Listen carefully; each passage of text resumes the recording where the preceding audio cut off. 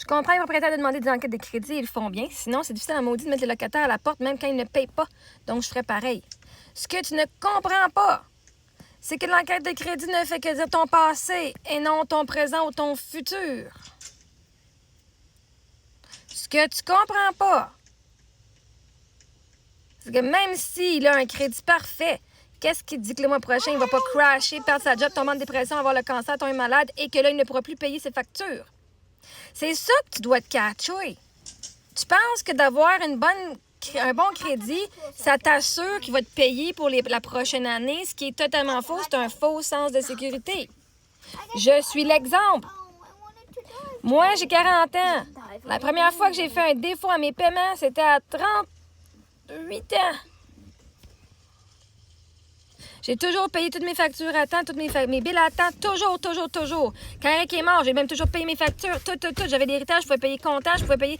J'ai jamais rien manqué. Jusqu'à temps que j'arrive à la fin de l'héritage,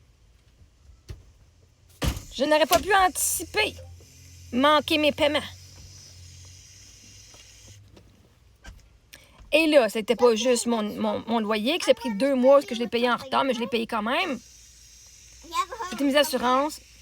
Ça a été l'hydro, ça a été TELUS. Parce que ça arrive des fois que tu l'as pas prévu, tu te fais rentrer dedans et tu crashes. L'affaire, c'est que je pourrais arriver avec un crédit. J'avais un crédit de 800 dans le top. Là. Moi, j'étais dans le top des crédits. J'avais un crédit plus élevé que mon mari. Là. J'avais l'argent. Toutes mes factures. Fait que moi, tu dis, oh my God, Marie, elle a un bon... Hey, ma gars, elle est bonne.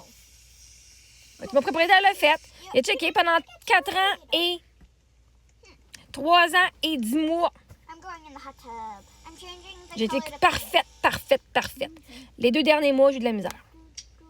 Je suis arrivée, mais j'ai eu de la misère. Puis vois-tu, lui, au début, il pensait pas qu'il allait... Hein? J'avais tout de parfait. Parce que lui non plus, ça n'attendait pas qu'il devait me courir après. Moi non plus, je m'en attendais pas. Que les 2 derniers mois, j'aurais de la misère. L'affaire, c'est que ma personne peut avoir le crédit parfait, tout payé à date, et la journée qu'elle rentre ton appartement, tu peux pas la crier dehors, qu'elle tombe malade, plus de job, plus rien, tu peux pas rien faire. Tu peux pas prévenir, tu peux pas prédire. Tu peux avoir quelqu'un qui est là, ça fait 1 an, qui te paye, il renouvelle son bail, l'année d'après, il peut plus te payer parce qu'il y a de la misère, il est arrivé quelque chose. La vie, elle change, guys. La vie change. Si vous ne comprenez pas ça, si vous pensez que parce que son passé est croche, qu'elle va être croche pour le restant de sa vie, ben ça, c'est votre perte. Parce qu'en fait, vous n'avez même pas donné une chance. Puis c'est correct, je vous comprends.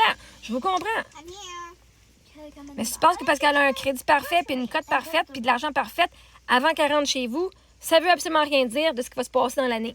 Absolument rien dire. C'est un faux sentiment de sécurité que vous vous donnez. Vous voulez montrer que vous avez du pouvoir. Moi, j'ai du pouvoir, je peux choisir qui est chez nous. Tu sais pas ce qui va se passer dans l'année, hein? C'est Dieu qui est en contrôle en passant. Si tu as une leçon à apprendre, te garantis. Dieu va s'assurer qu'il va arriver quoi, la fille, pour que toi, tu apprennes ta leçon en tabarnak, hein? 5 a.m. I think I'm asleep all day. Parce qu'en enquête de crédit, si tu regardes la vidéo que j'ai faite avec mon crédit, je vous montre c'est quoi que c'est. C'est pas un bon crédit et c'est correct. Par contre, moi, je vais vous montrer comment les étapes que je prends pour m'améliorer mon crédit. Mais aussi, tu peux voir que pendant bien longtemps, mon crédit était fucking bon. Ça pourrait même être toi, Vic, qui tombe malade puis que tu peux plus payer ton hypothèque. Puis que ton loyer n'est pas assez pour payer ton hypothèque.